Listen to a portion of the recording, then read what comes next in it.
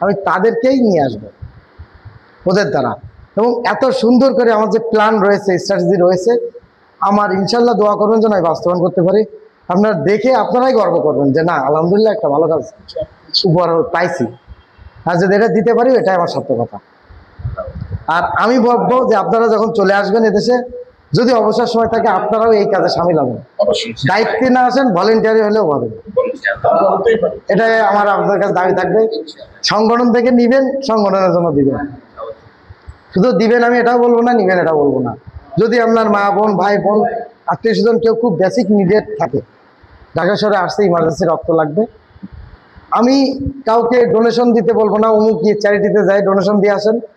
আমি বলবো আপনাদের আত্মীয় স্বজনও যারা থাকে, যদি ইমার্জেন্সি কারোর বেসিসে রক্ত লাগে আমাদের নিকটস্থ মানে আশেপাশে, অবশ্যই আমাদেরকে জানাবেন। আমাদের যারা সদস্য আছে উইলিংলি তারা ফ্রি থাকলে অবশ্যই আপনার পাশে দাঁড়াবো, না হলেও ব্যবস্থা করার ব্যবস্থা করবো ইনশাল্লাহ। চেষ্টা তো অ্যাটলিস্ট করবো।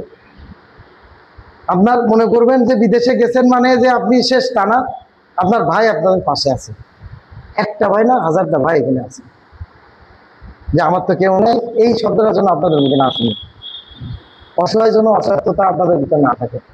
সাপোজ আপনি ওখানে ইনকাম করতে পারছেন না, আপনার পরিবারে খাওয়ার কেউ নাই, মানে দেখার কেউ নাই, খেতে পারছে না, কেউ যদি আপনাদের পাশে না দাঁড়ায়, আসতে করে গোপন একটা টেক্সট দিয়ে, যে মুখে বলতে লজ্জা লাগতেছে, শরম লাগতেছে, ভাই শরমের কিছু নাই।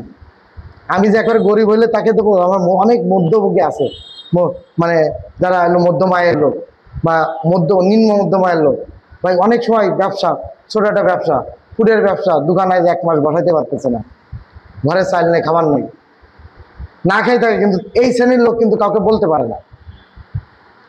না, ভাই।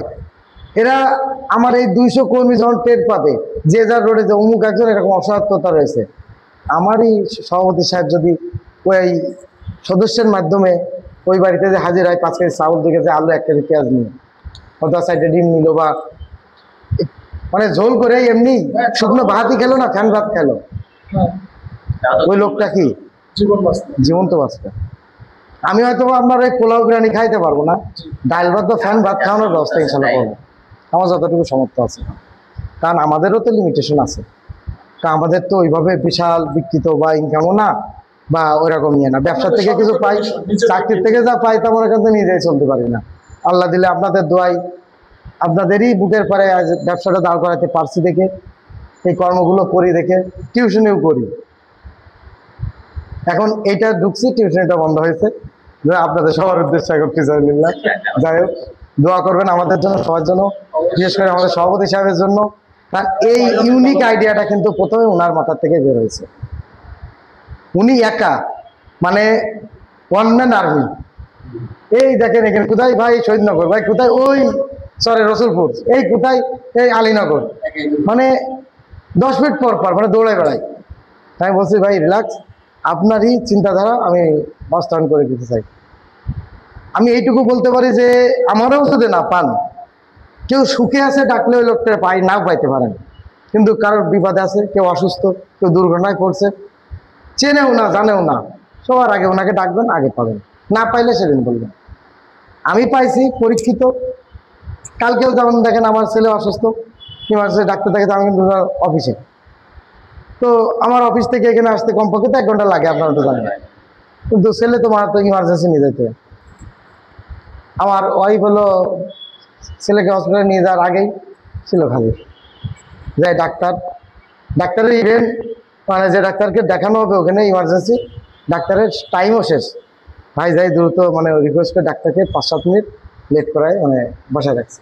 গেল দেখলাম, আমি যতক্ষণে আসলাম ততক্ষণে দেখানো শেষ। আজ যদি এই ভাইটা আমার না থাকতো, তাহলে আমার এই হয়রানি কি পরিমাণ হতো বা বিপদে।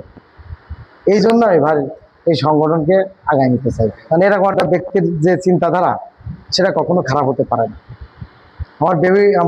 আমার যে ছেলেটা যেদিন পৃথিবীতে আসছে, সেদিন আমি অফিসে, ওই দিন সার্ভারের একটু সমস্যা ছিল দেখে আসতেও পারতেছিলাম না, ভিড়ও ছিল। আল্লাহ আলহামদুলিল্লাহ আমি প্রায় এখানে হসপিটালে এসে পৌঁছাইছি 8টার পরে, নাকি ভাই? অলমোস্ট মানে বিন্দু পরিমাণ হয়তো আমি থাকলেও এত নিখুঁত কাজ হতো না। তোমার ওয়াইফ উনি সুজন ভাই, তার ওয়াইফ, রিয়াজুল ভাই, তার ওয়াইফ, এদিকে বাবু ভাই, দিলু ভাই, তারপর আমাদের হলো আর এক বাবু ভাই আছে, এই যে 5 নম্বর